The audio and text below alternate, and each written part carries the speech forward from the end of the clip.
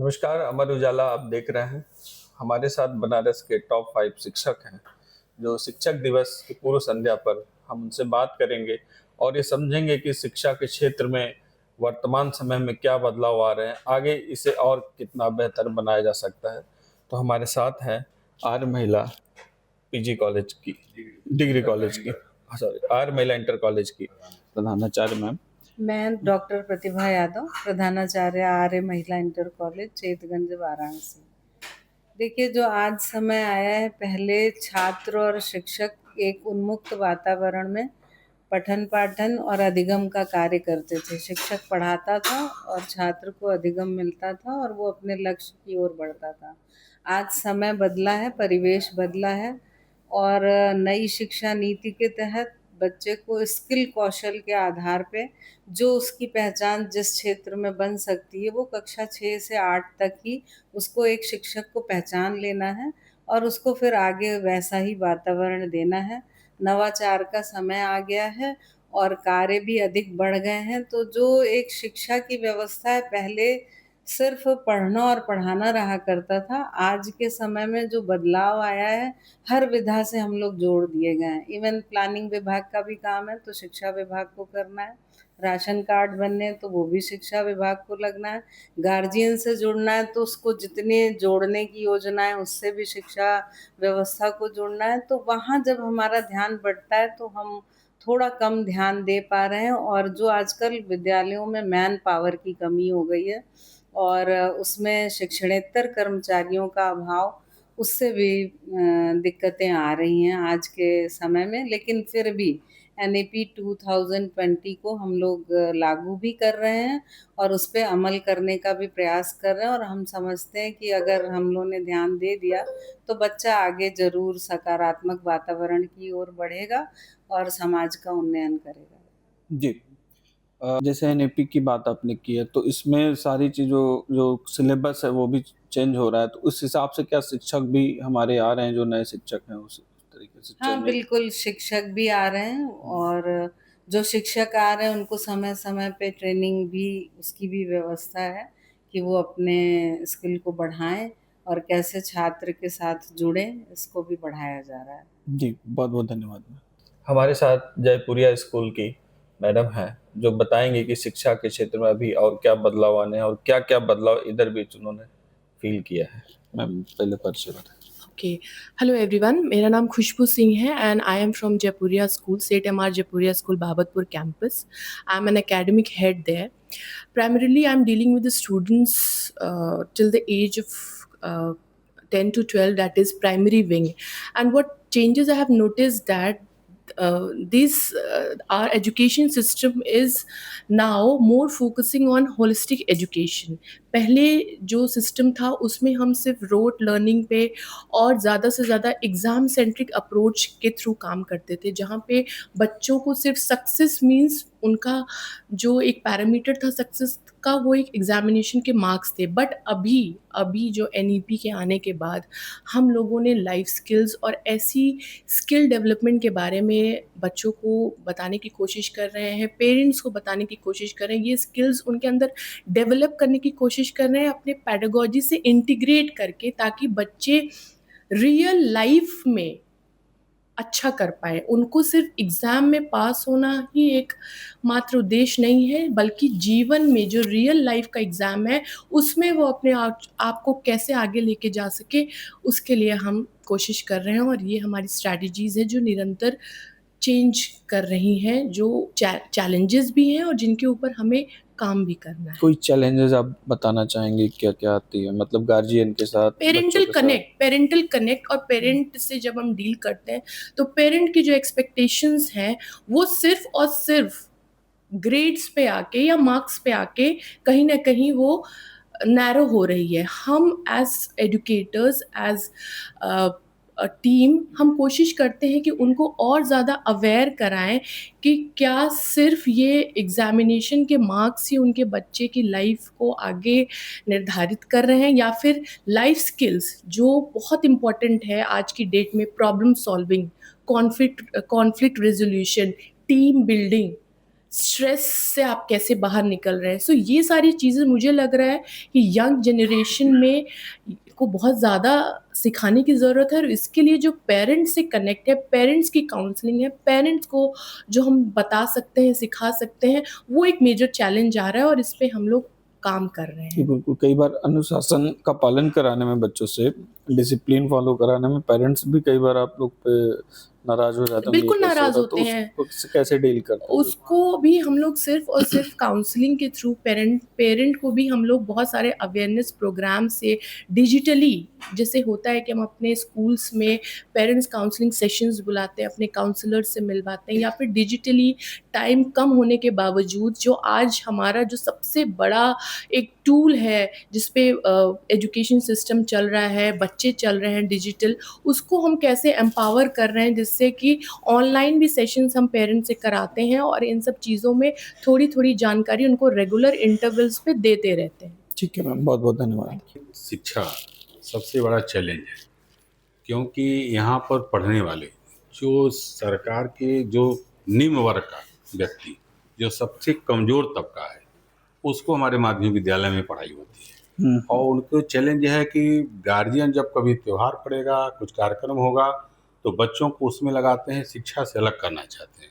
तो अध्यापक जितने हैं हमारे, उनके यहाँ जा करके उनको समझाने का काम करते हैं, बुलाने का काम करते हैं, फिर भी जितना हो सकता है ये माध्यमिक शिक्षा करता रहता है। और सरकार की प्राथमिकता और विद्यालय की प्राथमिकता, दोनों को चैलेंज हम लोग करते हैं। सरकार की प्राथमिकता है कि जो भी कार्यक्रम होते हैं माध्यमिक कॉलेजों में लागू कर दिया जाता है कि कल आपको ये योजना लागू करनी है। उसके बीच में हम लोग दोनों ध्रुव के बीच में बच्चों को कैसे पढ़ाया जाए, कैसे उनको उचित शिक्षा दी जाए, दोनों चैलेंज करते हुए हम लोग स्वीकार करते हुए माध्यमिक कॉलेज सबसे बड़ा समझिए चैलेंज काम करता है कि सरकार का भी काम करता है, पठन पाठन का भी काम करता है। सबसे गरीब तबका जो समाज का, हाँ, उसके मतलब लिए हम लोग कैसे करते हैं ये तो हमारा विद्यालय ही सारे अध्यापक जानते हैं।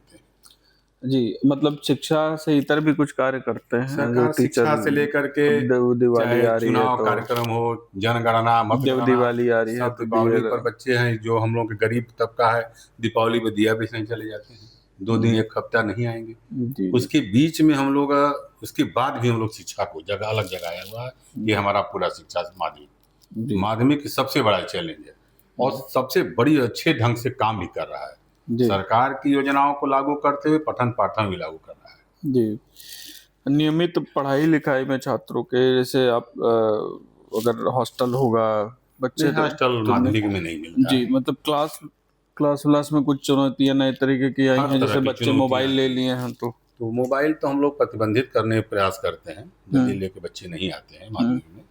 लेकिन उसके बावजूद भी हम लोग जो भी अध्यापक जो भी योजनाएं होती हैं, डिजिटल आज कोई कार्यक्रम हुआ उनके विषय में समझाना, बताना, और सरकार की योजना आज लागू हो गया, जिससे कोई सप्ताह हो गया आपके सब यातायात की हो गई, कोई शिक्षा से जी, लेकर के अलग से कोई कार्यक्रम हो गए, दवा से लेकर के सबको हम लोग चैलेंज करते हुए सब बच्चों को बताया जाता है जी, कैसे आपको घर में रहना है, समाज में रहते हुए सब किसी बड़ों का सम्मान करना है।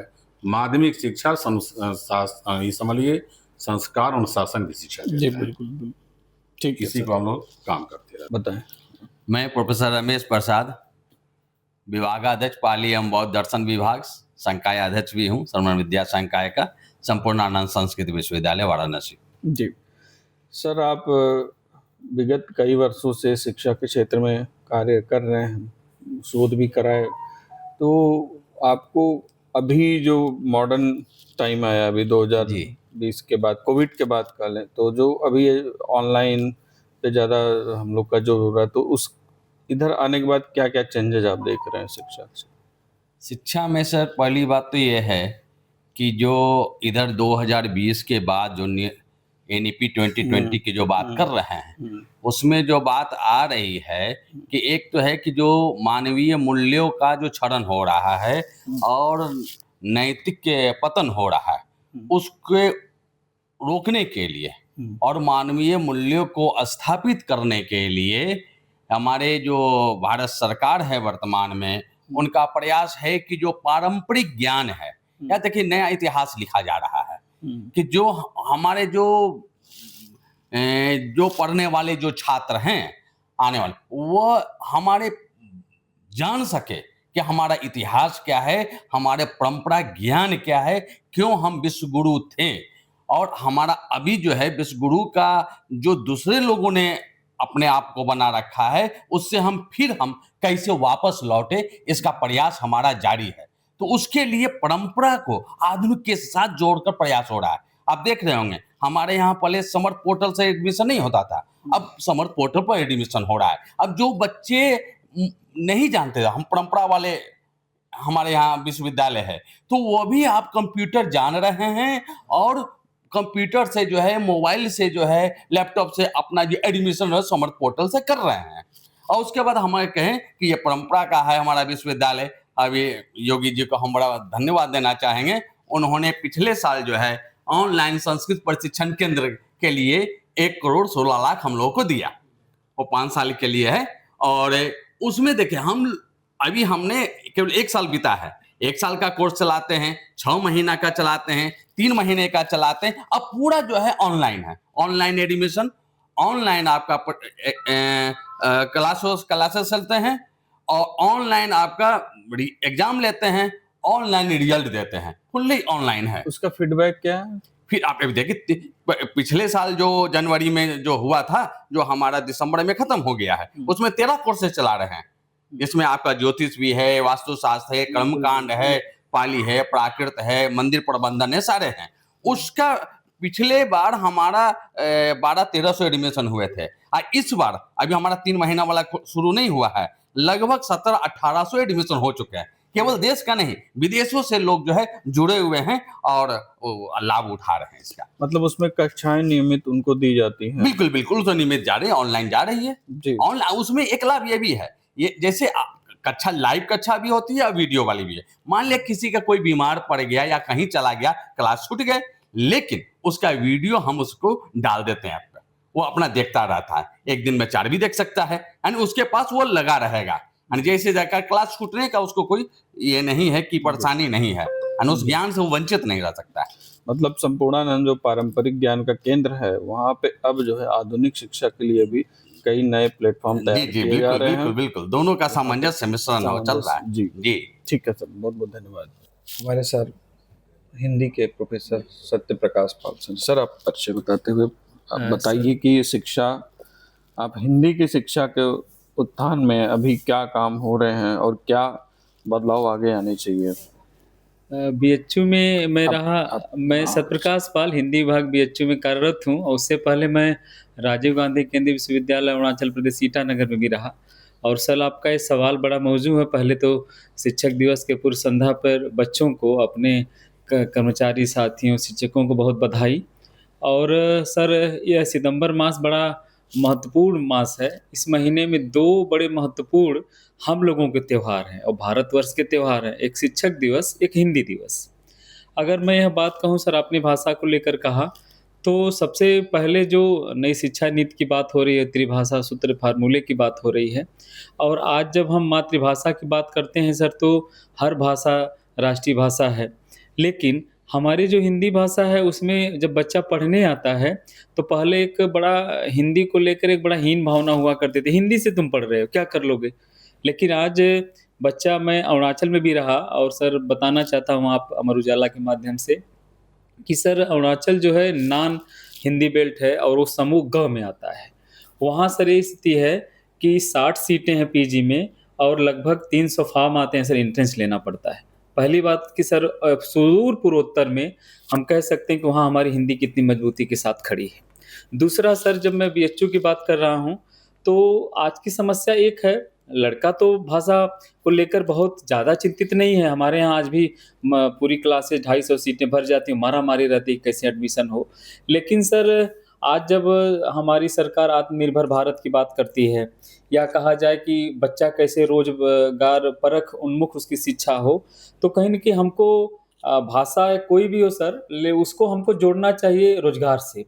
आज जब आत्मनिर्भरता के इस युग में कैसे हम बच्चों को एक सिर्फ बेरोजगारों की फौज ना खड़ा करें, उसको सिर्फ पीजी यूजी पढ़ा के बाहर ना निकाल दें, बल्कि उनको ये समझाएं, ये बताएं, क्योंकि मध्यवर्गीय परिवारों से बच्चे हमारे यहाँ आते हैं पढ़ने इंस्टीट्यूशन में, तो उनको ये बताएं कि कैसे वे अपने करियर को सजा और संवार सकते हैं। और कहा भी गया है कि सर विद्या ददाति विनयम, अंत में वो कहा गया है कि वो अर्थ देती फिर अर्थ से सुख मिलता है। तो उस बच्चे को हम कैसे यह समझा पाएं, ये हमारी शिक्षकों की महती जिम्मेदारी है। मैं समझता हूँ कि कोविड के बाद, अभी सर कह रहे थे एनईपी, मैं कह रहा हूँ उसमें कोविड भी जोड़ना चाहिए। कोविड के बाद कक्षाओं में बड़ी गिरावट है, और यह कहने मुझे कोई गुरेज नहीं है कि बच्चा आना नहीं चाहता। और मैं समझता हूँ कि क्लासेज वो हमारी थाती हैं, जहाँ बहुत कुछ ज्ञान उसको परंपरा से मिलता है और कुछ सीखने को मिलता है, वो कहीं नहीं मिल सकता। हम लोग तो पछताते हैं कि हमको वो शिक्षक पढ़ाए थे, आज वो एक बार और मिल जाते और पढ़ा देते, लेकिन वह कोविड के बाद गिरावट है सर उसमें। जी सर, वो जैसे बीएचयू में मैं बहुत ये करीब से देखा हूँ कि जो पीढ़ियों में जो जो ट्रांसफर होता है, जैसे जी। आचार्य शुक्ल का हजारी प्रसाद द्विवेदी में, उनका नामवर सिंह में, जी, फिर जी। उनसे आगे आप लोग में से जब जो भी शिष्य रहे हो सब लोग आते, तो ये परंपरा कैसे, इसको ब्रेक क्यों नहीं हो पाता, या फिर ये चैन ब्रेक हो रही है? चैन ब्रेक क्या सर, हमारे यहाँ तो कहा जाए कि जो हमारे हिंदी साहित्य के पूर्वज हैं, वो सब लोग हिंदी ही विभाग के हैं। और आज भी आचार्य शुक्ल की कुर्सी हमारे विभागाध्यक्ष कक्ष में रखी है, उनकी उस पे मूर्ति रखी हुई है। तो कहा जाए हिंदी विभाग पूरे देश का रीढ़ है। जितने भी आलोचक या इतिहासकार पैदा हुए वो हमारे विभाग में रहे। तो अगर हम किन्हीं को पढ़ते पढ़ाते हैं, तो बच्चों से क्लासों में कह जाते हैं कि जिनको आप पढ़ते हो ना, वो यहीं में रहें और यहीं से आगे बढ़ें। तो बच्चों को भी बड़ा गौरव हो, अच्छा सर वो यहीं रहे सर। तो एक जो परंपरा की आप बात की, वो बच्चे में भावना आती है। ये गुरु शिष्य वाली परंपरा, गुरु शिष्य की परंपरा, और आचार्य शुक्ल इसी विभाग से रहे। तो मैं सर, वो बच्चा कहता है सर मैं तो बड़ा गौरवान्वित हूँ, मुझे इस विभाग में पढ़ने का अवसर मिला। तो कहीं न कहीं उन बच्चों में भी एक गौरव बोध होता है सर, कि किस प्रकार उस परंपरा को हम आगे बढ़ाएँ। जो आपने कहा कि बच्चा सोचता है कि यहाँ हम आए हैं, तो जो परंपरा हमारे पूर्वजों ने हमको वो थाती दी है, उस परंपरा को ब्रेक ना होने पाए और आगे बढ़ें। और आज भी कहता हूँ सर, बीएचयू हिंदी विभाग में, बीएचयू की पूरी बात कर सकते हैं सर, हमारी पठन-पाठन क्लासें सर 100% चलती हैं, और बच्चे सर क्लासों में आते हैं। जो मैं आपसे कह रहा, कोविड के बाद गिरावट आई है, वो सर 20-30% हैं बच्चे जो क्लास को महत्व नहीं देते। तो आपके माध्यम से कहना चाहता हूँ सर, उस क्लासों का कोई विकल्प बाहर नहीं है। जी, बहुत बहुत धन्यवाद सर। हमारे साथ यूपी कॉलेज के शिक्षक हैं, अभी राज्य पुरस्कार भी मिलने वाला है। सर आप अपना परिचय बताएं और फिर आपसे सवाल पूछते हैं। मैं doctor Umesh Singh, UP college से, और इस साल मैं राज्यपाल पुरस्कार के लिए चयनित हूँ। सबसे पहले मैं शिक्षक दिवस की पूर्व संध्या पे सभी शिक्षकों विद्यार्थियों को अपनी तरफ से हार्दिक शुभकामनाएं प्रेषित करता हूं। कल मैं जा रहा हूं लखनऊ सर, राज्यपाल पुरस्कार प्राप्त करने के लिए, और यह पुरस्कार हमारे सभी शिक्षक साथियों विद्यार्थियों के सहयोग से प्राप्त हुआ। पूरे जनमानस को मैं इसके लिए धन्यवाद ज्ञापित करता हूं कि मुझे इस लायक समझा गया सर। आप जो भी विषय आप पढ़ा रहे हैं जी, पिछले आप कई वर्षों से पढ़ा रहे हैं, तो अभी हालिया आप क्या उस पढ़ाई के स्टाइल में या शैली में कोई बदलाव लाए? क्योंकि अब शिक्षा का जो सिस्टम है वो सब बदल रहा है। नीति आने के बाद से, कोविड आने के बाद, जैसा सर ने कहा, वो चीज़ें और बदल भी रही हैं। सर जहाँ तक न्यू एजुकेशन पॉलिसी 2020 की बात है, जी, इससे पहले 2 एजुकेशन पॉलिसी 1968 और 1986 में आ चुकी है सर। न्यू एजुकेशन पॉलिसी के अंतर्गत शिक्षा में किस तरह का बदलाव शिक्षकों के लिए, विद्यार्थियों के लिए लाभ की विषय वस्तु बनेगा, उसकी सरकार की जो मंशा है 5+3+4। पहले होता था सर कि अगर ग्रेजुएशन में बच्चा चला गया, 1 साल अगर उसने एजुकेशन लिया और छोड़ दिया, तो उसका 1 साल का टाइम और उसका समय सब बेकार चला जाता था। लेकिन आज उसको सर्टिफिकेट मिलेगा, 2 साल उसने किया, एक सर्टिफिकेट, 3 साल किया तो डिग्री मिलेगी, 4 साल करेगा तो उसको रिसर्च के साथ पूरी डिग्री उसको प्राप्त होगी। ये चेंजेज आ रहे हैं नीचे के स्तर पे। जैसे पहले हुआ करता कि शस्त्र और शास्त्र दोनों साथ साथ क्रियान्वित होते थे। न्यू एजुकेशन पॉलिसी में उसी व्यवस्था को लागू किया जा रहा है सर, कि बच्चा खेलते खेलते 5 साल तक ऊपर आए, उसके ऊपर कोई मेंटल प्रेशर, फिजिकल प्रेशर ना हो कि उसका दबाव महसूस करे। जैसा अभी आपने प्रश्न किया था कि बच्चों के अंदर बड़ा तनाव, बड़ा स्ट्रेस है, जिसके चलते बहुत सी विसंगतियाँ उनके अंदर पैदा हो रही हैं। उस स्ट्रेस से मुक्त रखते हुए, बस्ते का बोझ कम करते हुए, भारत सरकार की ये मंशा है, एजुकेशन पॉलिसी इसीलिए लागू की जा रही है कि बच्चे पे कम लोड हो, झोले का वेट कम किया जाए और उसके शारीरिक संवर्धन की और मानसिक विकास की बात की जाए, जिससे ओवरऑल उसका डेवलपमेंट हो सके। तो अभी ये सब डेवलपमेंट में कई समस्याएं भी आ रही होंगी, जरा उसके बारे में। जैसे सर हम खास करके यूपी कॉलेज के संदर्भों में, क्योंकि वहाँ बहुत पुरानी व्यवस्था है, 100 साल से पहले का विद्यालय है। अभी तो वहाँ कुछ है नहीं हॉस्टल वगैरह। जी सर, उसी पे मैं फोकस कर रहा हूँ आपको सर। हॉस्टल है नहीं सर, लेकिन जो न्यू एजुकेशन पॉलिसी का ड्राफ्ट है सर, राजर्षि ने 100 साल पहले पूज्य राजर्षि जी ने उसी ड्राफ्ट को इम्प्लीमेंट में लाया था सर। लड़का पीटी करेगा, खेलेगा, संध्या करेगा, देन वो विद्या अध्ययन के लिए विद्यालय में जाएगा। और फोकस इसी पे है आज कि बच्चे को खेल खेल में आगे बढ़ाया जाए, उसका मानसिक, शारीरिक, भावनात्मक विकास किया जाए, क्योंकि अगर शरीर स्वस्थ है तभी वो मस्तिष्क रूप से वो समृद्ध है। हो पा रही है चीजें, प्रयास किया जा रहा है सर, और ये हो भी रही हैं। और खास करके मैं अपने संदर्भों में कहूँगा कि हमारे यहाँ विभिन्न खेलों में बढ़ते हुए हजारों विद्यार्थियों ने सफलता अर्जित की है, और इस बात को साबित किया है कि पहले कहा जाता था पढ़ोगे लिखोगे तो होगे नवाब, खेलोगे कूदोगे तो होगे खराब, लेकिन आज परिप्रेक्ष्य बदला हुआ है सर। पढ़ने के साथ साथ ललित उपाध्याय भी वर्तमान ओलंपियन हमारे यहाँ का है, डिप्टी एसपी की नौकरी पाया, वो करोड़ों रुपया माननीय मुख्यमंत्री जी ने उसको उपलब्ध कराया। तो ऐसा नहीं है सर कि प्रोसेस में, प्रक्रिया में चीज़ें हैं, कुछ क्षरण भी है सर। जैसे छात्रावास बंद हो गए, बच्चों को सुविधाएं नहीं अवेल हो पा रही हैं, तो सरकार को, प्रबंधन को, जनमानस को, अभिभावकों को, साथ साथ प्रिंट और इलेक्ट्रॉनिक मीडिया का भी ये दायित्व बनता है कि आप उसको फोकस करें, और जो भी संस्थान की, प्रिंसिपल की या शिक्षकों की कमियां हैं उस पे फोकस करके उनका मार्गदर्शन करें। एक दो चीज, फंड की कमी से परंपराएं खत्म हो रही हैं या फिर नहीं सर, फंड की कोई कमी नहीं है सर। फंड जैसे हम अपने संदर्भों में बोल रहे हैं, मैं 10 साल वहाँ चीफ वार्डन रहा सर, उस विद्यालय में चीफ वार्डन रहा 10 साल। फंड की कोई समस्या नहीं है, पैसे की वहाँ कोई समस्या नहीं है। अभी कल हमारे यहाँ सर उसमें आए थे आपके पूर्व विधायक सुरेंद्र बहादुर सिंह जी, ठाकुर रतन पाल सिंह के लड़के। उन्होंने मंच से कहा कि 30,000 बच्चे बीएचयू में हैं और वहाँ छात्रावास चलामान हो सकता है। तो झगड़ा लड़ाई की समस्याएं तो हर जगह हैं, लेकिन उससे अगर बचने के लिए आप किसी चीज़, किसी व्यवस्था को बंद कर दीजिए, ये सलूशन नहीं है। ठीक जी सर, ठीक है, बहुत बहुत धन्यवाद सर। धन्यवाद। अगर आप ये वीडियो YouTube पर देख रहे हैं तो हमारे चैनल को सब्सक्राइब कर बेल आइकन दबाएं, और Facebook पर देख रहे हैं तो हमारे पेज को लाइक करें।